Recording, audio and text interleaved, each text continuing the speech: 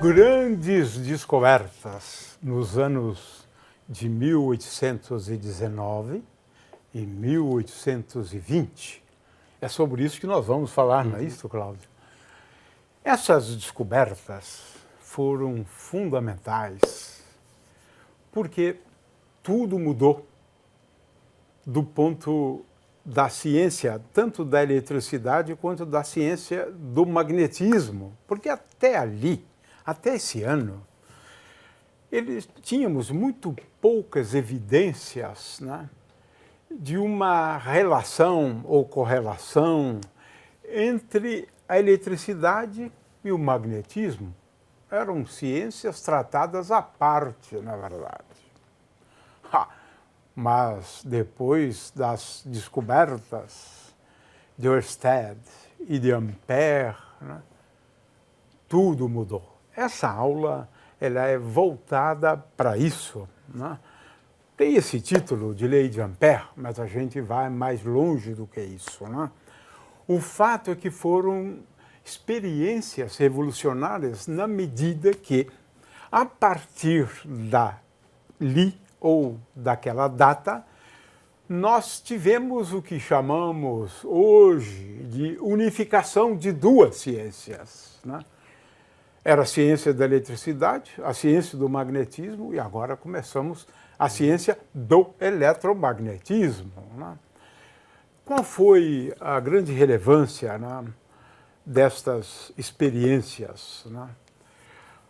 Na realidade, nós vamos também falar de forças de Lorentz, né? São, a meu ver, inteiramente associados a esses fenômenos, né?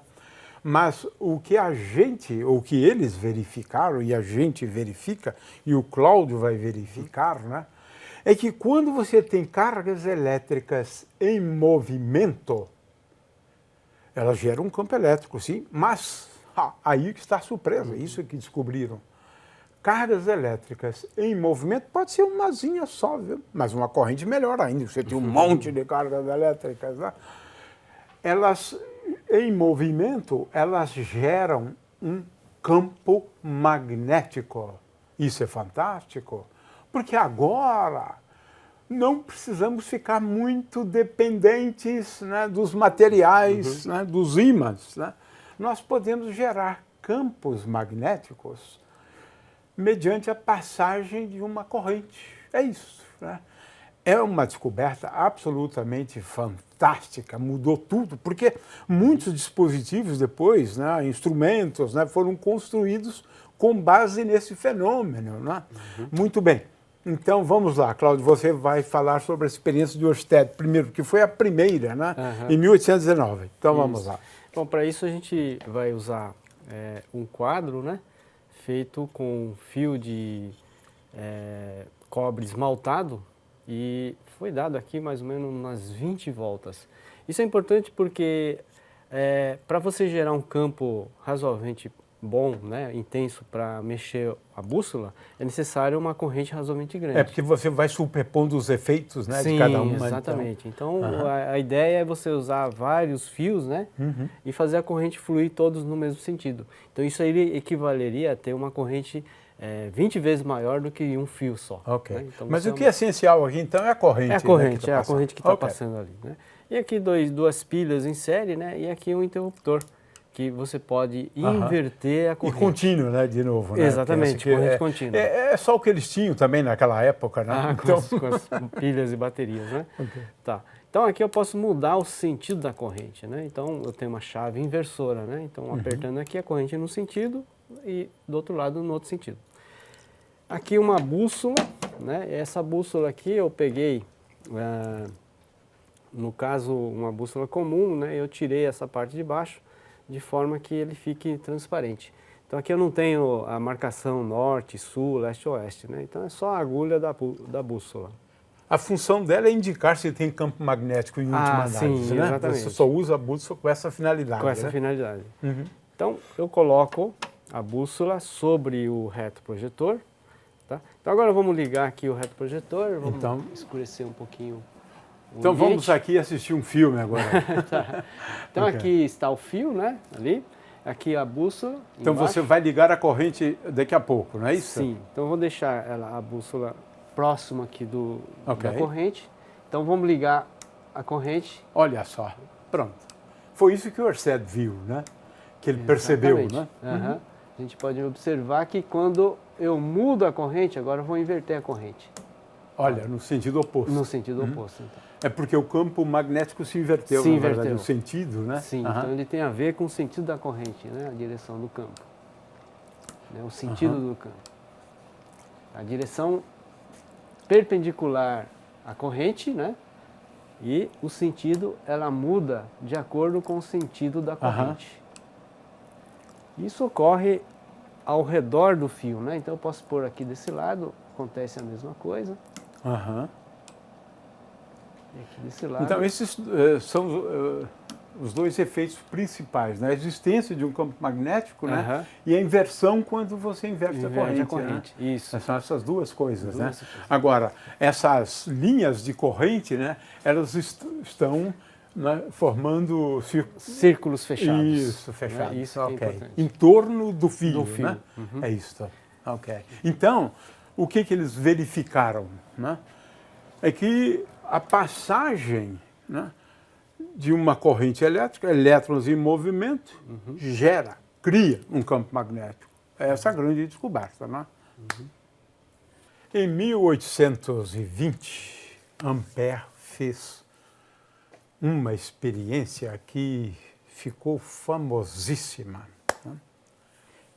Em primeiro lugar, eu diria que ele estava confirmando a descoberta, né, de Ørsted, que um fio percorrido por uma corrente elétrica gera um campo magnético. Agora, Ampère, ele se deu conta de que quando nós temos dois fios, né, de preferência paralelos, porque é mais fácil calcular quando eles são paralelos. Se forem formando um ângulo qualquer, é muito difícil calcular isso aqui, se bem que o Ampère se dedicou a isso, né, a essas contas, né? Mas se eles forem paralelos, a expressão é bastante simples na realidade, né? Para a força entre dois fios, né? Agora, por que essa experiência é interessante, né? Se eu tenho uma corrente I1 num fio, uma corrente 2 no outro fio, veja que as forças também são de atração e repulsão, né? Depende do sentido da corrente. O Cláudio vai explicar isso, né? Mas o fato é o seguinte: na verdade, Ampère estava também se dando conta do que muito tempo depois ficou conhecido como força de Lorentz. Essas pressões de força de Lorentz vieram depois, né?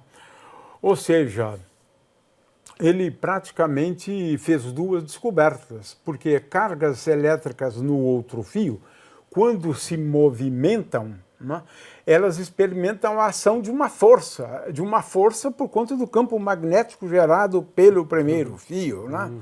Então isso é interessante, porque Ampère foi um pouco mais longe. Ele se deu conta, na verdade, eu diria, eu vou explicar isso depois, né, que ele se deu conta de dois fenômenos relativísticos, né? Mas a gente explica isso depois. Então vamos à experiência de Ampère e vamos procurar entendê-la. Ok. Bom, aqui eu tenho uma fonte de corrente e aqui eu tenho dois quadros na qual a gente pode passar uma corrente elétrica, né?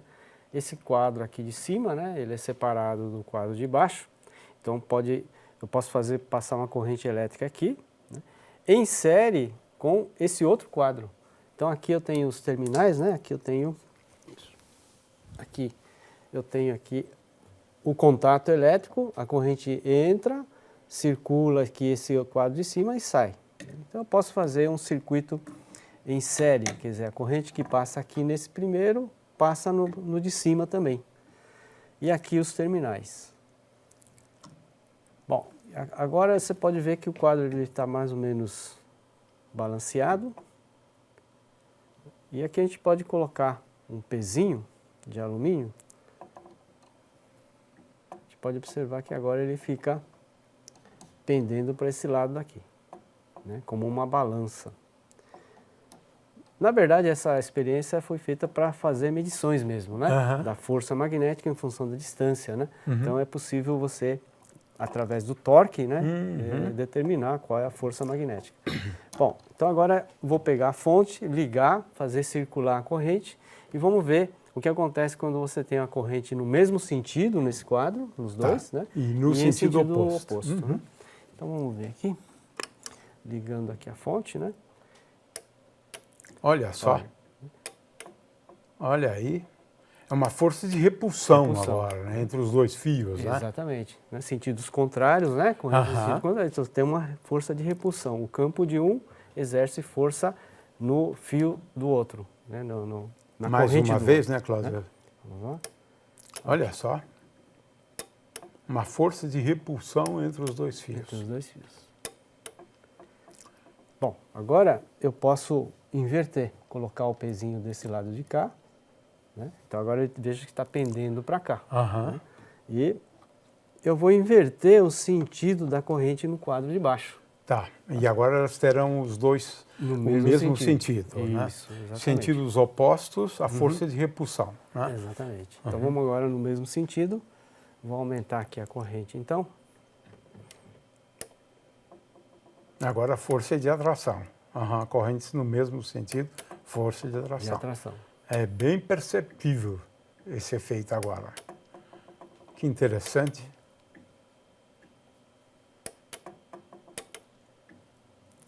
Então é isso. Ok, então, o Ørsted, né, ele descobriu que cargas em movimento geram um campo magnético. Essa experiência é mais completa, né? Porque além de demonstrar a existência de um campo magnético, também demonstra a existência da força de Lorentz. A gente vai comentar sobre isso depois. Vamos agora a um outro fenômeno. Eu prefiro tratá-lo como um fenômeno, né? É conhecido como força de Lorentz, né? Do que se trata a força de Lorentz, né? Se eu tenho cargas, né, em movimento aqui, né, e quando estas cargas, né, elétricas estiverem em movimento, só quando elas estiverem em movimento.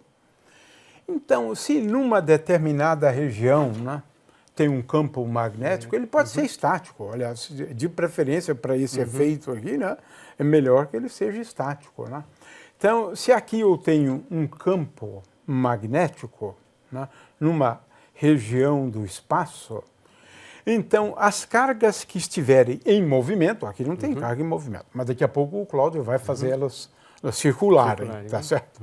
Então, se elas estão em movimento e aqui tem um campo magnético, olha só, as cargas experimentam a ação de uma força quando elas estão em movimento.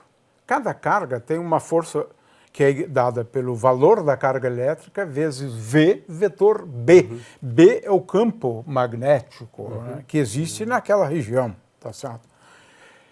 Esse efeito, eu chamo de efeito, né? Mas tem o nome de força de Lorentz, né?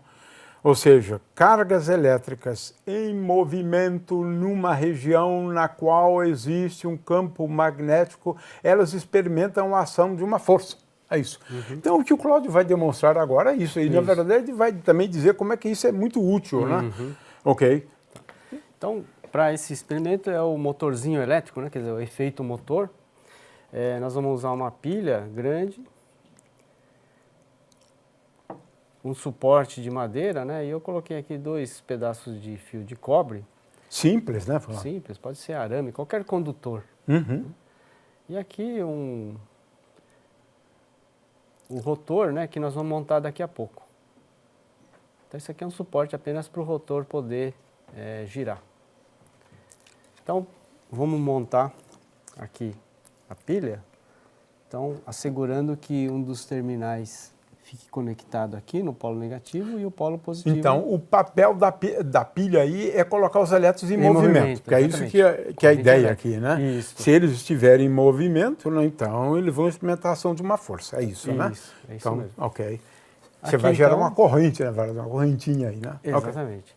Aqui, 2 ímãs eu peguei, né? Pode ser um só. Então, isso aqui vai ser o campo magnético. Ah, né? ok.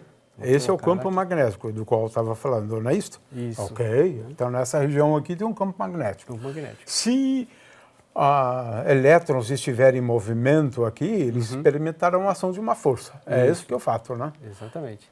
Bom, Gê, agora deixa eu pegar aqui o fio, porque eu tenho aqui um montado, né? Mas vamos montar um na hora para vocês verem como é que é muito fácil, muito simples. Então aqui é um fio de cobre esmaltado, né? Então é um fio de cobre que tem um esmalte isolante, né? De forma que quando eu enrole, você não tem um fio em contato elétrico com o outro, né? Você não vai estar um curto-circuito, né? Então eu tenho que ter esse esmalte isolante, né? Para que você tenha uma espira isolada da outra. Então eu vou usar como molde para fazer o meu rotor, né? Rotor, 2 dedos. A gente deixa um pedacinho aí de uns 5 centímetros, né? Enrola. Enrola. Meia dúzia de voltas, né? Já é o suficiente. Meia dúzia de voltas e agora? Agora a gente vai prender esses fios, né? Amarrar, na verdade. Amarrar assim, de forma que esses fios aí, essas espiras, né? Fiquem presas e não se soltem, né? Então, umas 2, 3 voltinhas aqui. Olha, interessante. Pronto, você acabou de fazer o motorzinho, de mostrar como é que se faz. Fantástico. Isso. Só que agora, como esse fio ele tem um esmalte isolante, então não vai funcionar porque aqui não vai haver a passagem de uma corrente elétrica, né? Então eu tenho que raspar. Raspar, né? tá. Tirar essa Aquele parte. já está raspado, é por isso que você usa aquele. Aqui já está sem o esmalte, isso, né? E esse também já está. Então eu vou pegar aqui um canivete, né? Para a gente poder você vai raspar agora? Né? Ok. Vamos raspar. E raspa aqui, né? Apenas, detalhe, né? Apenas meia volta, não ele totalmente, né? Quer dizer, eu vou raspar apenas metade, meia volta aqui do fio. Né? Não posso raspar ele totalmente. Então, desse lado aqui, que está mais brilhante, olha, está raspado. E se eu vir, ó, do outro lado tem o esmalte, né? Então, isso é um detalhe importante, né? Interessante. Isso nós chamamos de comutador. De um lado, então, já está raspado, o outro lado eu preciso também estabelecer o contato elétrico. Então, desse outro lado, eu posso raspar toda a volta do fio. Porque ali Muito bom. naquele Você primeiro, está explicando né? como faz a experiência, porque ela é relativamente simples, né? Simples. Basta ter os materiais. Mas é uma experiência fantástica, né? Histórica. Bom, então agora eu já tenho os contatos aqui. De um lado, meia volta, do outro lado, raspado toda a volta, né? Então, você tem que assegurar que ele está bem equilibrado, né? Não seja muito torto. E aí basta colocar aqui. Olha e a só. gente vê o efeito motor. Explica os sentidos da corrente.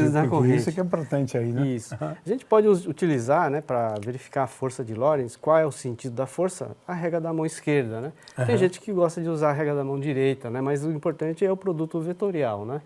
Então seria F, o dedão, B, o indicador, e esse médio, V. Né? No caso, eu vou usar I como sendo a corrente elétrica, né? Então, se eu tenho uma corrente elétrica naquele sentido, e por esse dedo aqui vai ser a corrente.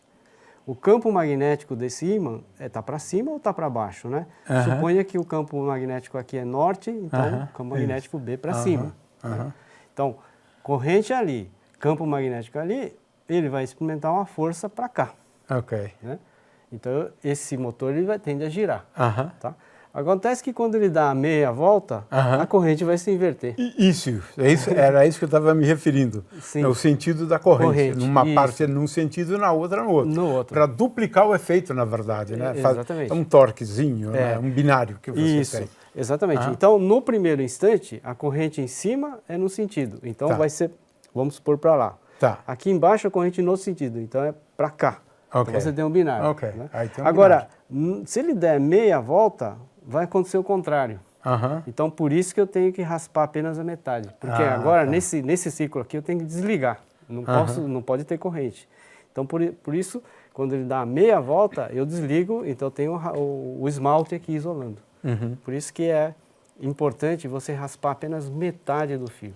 É o princípio de funcionamento do motor, na verdade. Do motor né? elétrico de Ótimo. corrente contínua. Muito bom, muito interessante. Efeito da força de Lorentz, né? Cargas em movimento. Bobinas são dispositivos muito úteis. A gente deve lançar mão deles sempre que a gente quiser, né, criar numa região do espaço um campo magnético, por exemplo, um campo magnético uniforme, por exemplo. Né? Nós lançamos mão desse dispositivo. É curioso, porque nesse caso, né, nós estamos falando de um dispositivo que armazena energia. Mas essa energia é energia magnética, né? Então, gera numa região do espaço campos magnéticos. E onde você tem campo magnético, você tem energia, como você tem energia no caso do campo elétrico também. Né? Também. Né? O fato é que a gente lança a mão da lei de Ampère, né, para determinar o campo magnético, por exemplo, no interior, né, de uma bobina. O Cláudio tem uma bobina aqui, né, o número de espiras aqui é 7, né? Se elas fossem bem pouco espaçadas, seria fantástico, né? Porque o campo vai se tornando cada vez mais uniforme, né? À medida que você vai diminuindo o espaçamento. Mas para o que a gente quer, você já tem o suficiente, né? Porque a ideia aqui não é gerar um campo uniforme, porque se eu colocasse um campo muito uniforme, não veria o que está lá dentro também. Então, não adianta, eu gero o campo uniforme, mas eu não consigo mostrar para você que tem um campo uniforme. O fato é que, certamente, o campo é mais intenso, né? Nessa região central, e menos intenso fora. Quando o número de espiras tende a infinito, um número muito grande, claro, não é infinito, né? Mas esse campo externo aqui praticamente é igual a zero, né? É isso que a gente sempre usa para calcular, né? Então vamos lá, Cláudio, vamos ao seu... Então aqui uma série de pilhas, né? Pilhas aqui em série, né? Aqui uma chave liga-desliga e aqui eu conectei aqui a minha bobina. E aqui várias bússolas para a gente observar como é que é o campo ao redor, né? Então a gente vai mapear o campo, né? Porque o campo, como é invisível, a gente precisa de alguma coisa, né? Para se alinhar com o campo. Então vamos ligar aqui e ver como é que é o campo, olha. Então aqui no interior, né? Você vê um campo assim. Uniforme, né? praticamente no centro, com certeza, né? E aqui nas extremidades você pode ver um campo, ela vai, né, se curvando, né? Isso. Essas são as linhas de campo, né? Do campo magnético. Do campo magnético. Muito legal, muito você legal. Pode ver a configuração, né, que você quiser verificar. Nos pontos, né, ao longo do eixo de simetria, é fácil determinar o campo magnético, né? Porque aqui você tem momentos de dipolos, né, magnéticos associados a espiras, cada uma das espiras. E essa conta não é difícil, né, de fazer. Então aqui no centro você soma. Você sempre soma, né? Claro, o campo magnético, mas o campo magnético gerado por uma espira, né, circular em pontos fora do eixo de simetria é complicado. Isso é complicado, né? Enfim, mas o que você está vendo aqui, utilizando a superposição, o princípio, né? Eu tenho aqui 7 espiras, né? E eu tenho, para cada espira, eu associo um momento de dipolo magnético a essa espira, e eu tenho aqui a soma de 7 momentos de dipolo magnéticos, né? Em princípio, eu posso encontrar expressões não muito simples, né, para esses campos, né? Mas o campo é mais intenso aqui dentro, né? ele praticamente tem essa direção bem ao longo do eixo de simetria, né?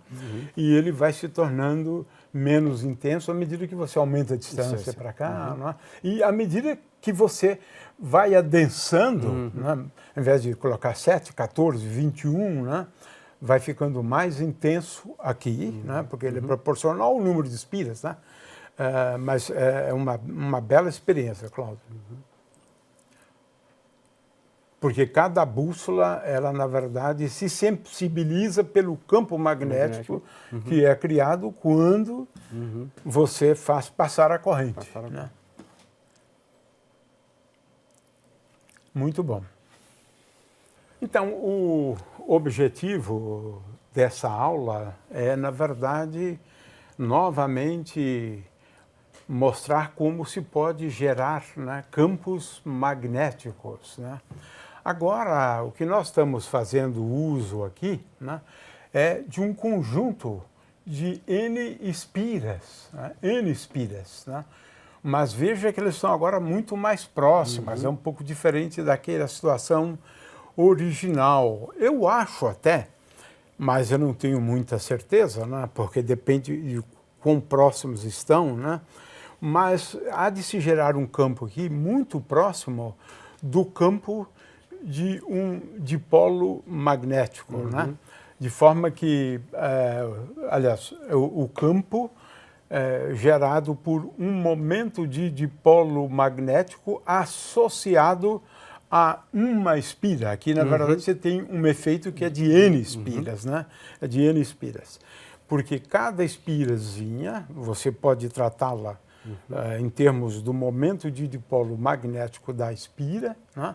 E agora o efeito vai ser N vezes, mas como elas estão tão próximas que é praticamente N vezes a de uma só. Portanto, o que nós temos aqui é o campo associado a um momento de dipolo magnético de N espiras, mas essas N espiras se comportam como se fosse uma só. Né?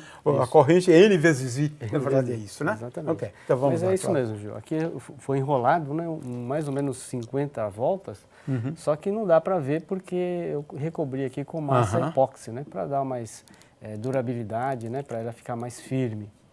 Então, aqui eu vou ligar novamente aqui nessa série de pilhas e aqui a gente vai usar uma pequena bússolazinha, né, para a gente poder visualizar as linhas de campo ao redor aqui, dentro, fora, né? Como é que é o campo magnético. É bem mais forte aqui no centro, né? É o que se prevê, né? Isso. E bem longe vai se tornando menos intenso, né? Isso. Bom, então vamos ligar. Então aqui o campo magnético mais forte, né? Aqui ele vai se curvando assim, né? Aqui então o campo magnético aqui já é contrário, oposto, né, deste.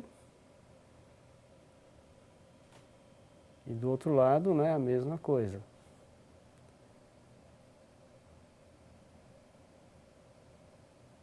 Então aqui ele vai se curvando. Olha aí. Né, e aqui também.